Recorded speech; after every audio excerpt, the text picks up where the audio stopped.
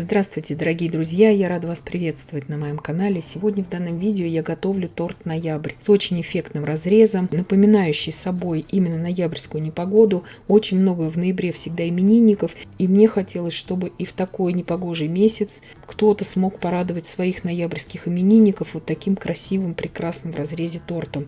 И необыкновенно просто вкусным. С шифоновым бисквитом нежнейшим будем готовить. С таким мраморным узором этот бисквит у нас будет. Две начинки будет в одном. Настолько вкусный здесь бисквит, его можно есть как самостоятельный пирог. Далее в видео буду его называть пирогом, потом объясню почему. Торт, тающий буквально во рту, готовится он очень быстро, очень просто. Готовить буду ручным миксером, без желатина. И буквально уже через час после сборки этот торт можно подавать к столу. Вот это очень важно, я считаю.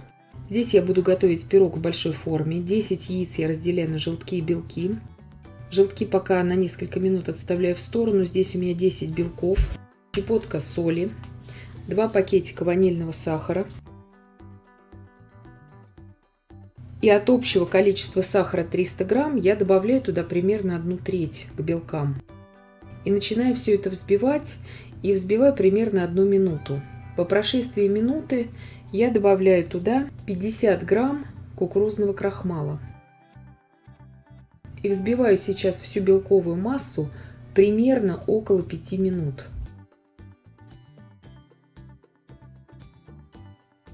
Вот такая пышная, глянцевая, красивая меренга в итоге у нас получается.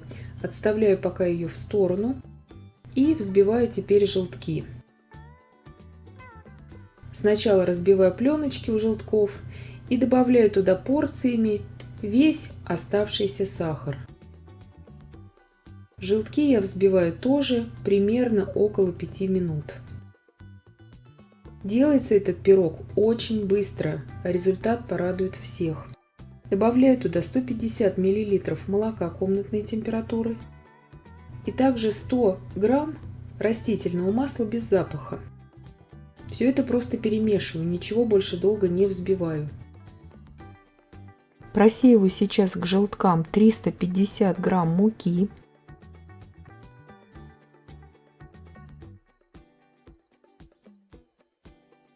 И 10 грамм разрыхлителя. Все это очень аккуратно прорабатываю миксером. Ничего здесь долго тоже не взбиваю, просто чтобы все ингредиенты объединились. И сейчас аккуратно вмешиваю всю белковую массу в желтки. Духовка у меня уже разогрета на 170 градусов Цельсия. Белки также можно вмешивать при помощи обычного венчика кухонного. Очень аккуратно круговыми движениями вмешала все белки.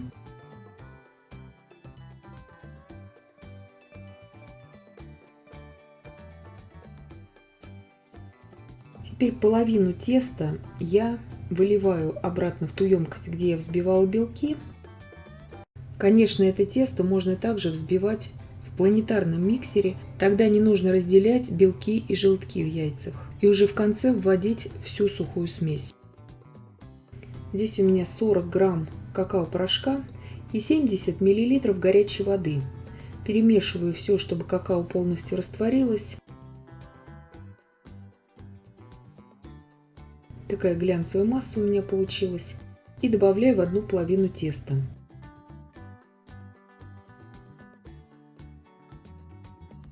Сейчас все это аккуратно перемешиваю. И это у меня будет таким образом шоколадное тесто.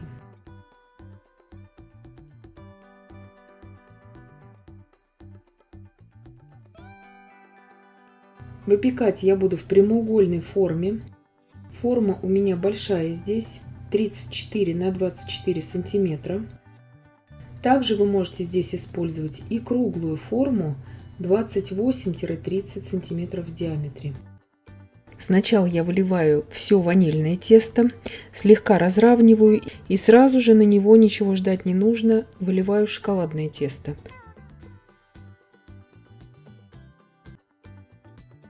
Делается этот пирог совсем несложно, очень быстро. На вкус получается нежнейший шифоновый бисквит. Беру ложку обычную И делаю вот такие вот движения, как бы круговые тоже. Ложкой как бы со дна поднимаю ванильное тесто. Таким образом у нас потом в тесте будет очень красивый мраморный рисунок. Долго здесь вымешивать не нужно, иначе рисунок будет уменьшаться внутри и будет уже не таким рельефным. Вот так вот прошли один раз ложкой, этого достаточно.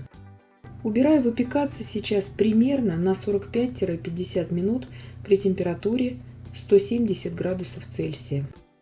Бока формы я ничем не смазываю. Духовку во время выпекания ни в коем случае не открываем. У меня прошло около 50 минут, пирог испекся. Его просто можно, этот пирог, кушать как самостоятельный десерт. Он не требует здесь, в принципе, ни пропитки, ни кремовой дополнительной прослойки он не требует. Но сделаем его еще более вкусным. Даем пирогу сейчас полностью остыть. Итак, корж у меня полностью остыл. Я извлекаю его сейчас из формы. Как я уже сказала, это в принципе можно есть и как самостоятельный пирог, как самостоятельный десерт. Но мы здесь будем делать из него торт. Почему я его не нарезаю на коржи? Мне хотелось сохранить его незабываемо красивый рисунок у этого коржа. И мне хотелось сделать торт именно ноябрь.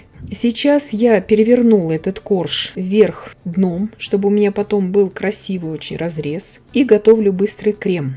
300 мл сливок для взбивания охлажденных. Добавляю туда 300 грамм творожно-сливочного сыра и 500 грамм сыра маскарпоне. Все молочные продукты, естественно, берем холодные. 120 грамм сахарной пудры и 16 грамм ванильного сахара добавляем туда. И взбиваем все это до устойчивых пиков. Это сырный крем, он всегда получается устойчивый, со вкусом ванильного мороженого. Здесь у меня 480 грамм консервированных абрикосов. Я сливаю их на сито. Компот от абрикосов нам тоже понадобится в качестве пропитки. И нарезаю мелким кубиком эти абрикосы. Естественно, они нарезаться красиво, так идеально ровно не будут. Как уж получится, так и нарезаем. Вы вместо абрикосов можете использовать персики. Просто здесь для гармонии вкуса я использую абрикосы, потому что с персиком будет вкус более размытый у этого торта.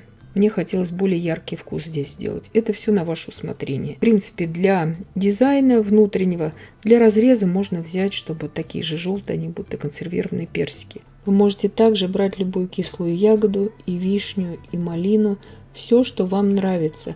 Я здесь делаю просто как бы вид поздней осени, поэтому я использую желтые абрикосы с кислинкой. Компотом от абрикосов я пропитываю сейчас этот пирог, назовем его так, потому что я его здесь не нарезаю на коржи. Сейчас я крем делю на две примерно равные части. Одну часть крема я выкладываю в кондитерский мешок. Наношу из кондитерского мешка сейчас крем сразу на корж. Можете просто так наносить крем при помощи шпателя на этот корж. Если у вас нет кондитерских мешков, вы просто можете использовать мешки для заморозки продуктов. Разравниваю сейчас серединку у этого крема, а бортики оставляю, чтобы мне удобнее было выложить туда уже абрикосы. Таким образом, начинка из абрикосов у нас не будет выпадать за бортики, и это очень удобно.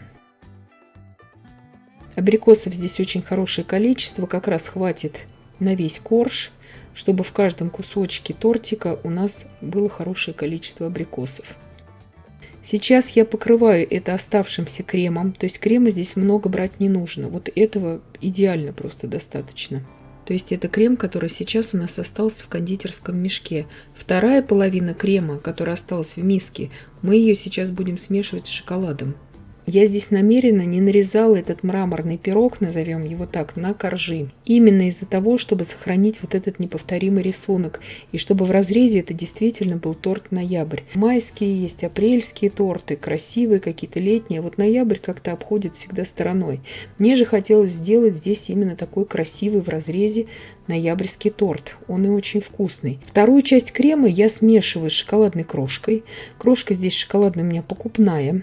Получается, в принципе, итальянский крем страчателло. Вы же можете нарубить просто шоколад, если у вас нет такой покупной крошки шоколадной.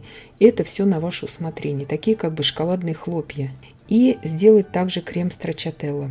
Это очень любимый народом вкус. Похрустывает красиво. И для разреза Смотрится тоже великолепно. В добавлении ко всем этим слоям просто замечательно. Этот крем разравнивается всегда превосходно. Сейчас я растопила 100 грамм молочного шоколада. Именно молочный здесь беру шоколад. Просто молочный шоколад. Больше ничего я туда не добавляла. И делаю вот такие частые очень полосы из шоколада. Именно чтобы создать вот такой вот вид уже не погоды или чего-то такого. Именно что-то позднюю осень какую-то. Это на ваше усмотрение. Это мое такое было видение быстрого такого тортика для ноябрьских именинников. Нарезаю просто большим ножом. Нарезается превосходно, тающий во рту тортик получается и необыкновенно вкусный. Вот такой идеальный разрез у него получается. Я очень советую его готовить. Вот такой нежнейший, тающий во рту, буквально пуховый получается здесь корж. Прекрасно держит форму, прекрасно надламывается вилкой. Я надеюсь, что видео было полезным и познавательным. Подписывайтесь на мой канал, ставьте лайки, пишите комментарии. Я всем желаю больших успехов и до встречи в новых видео.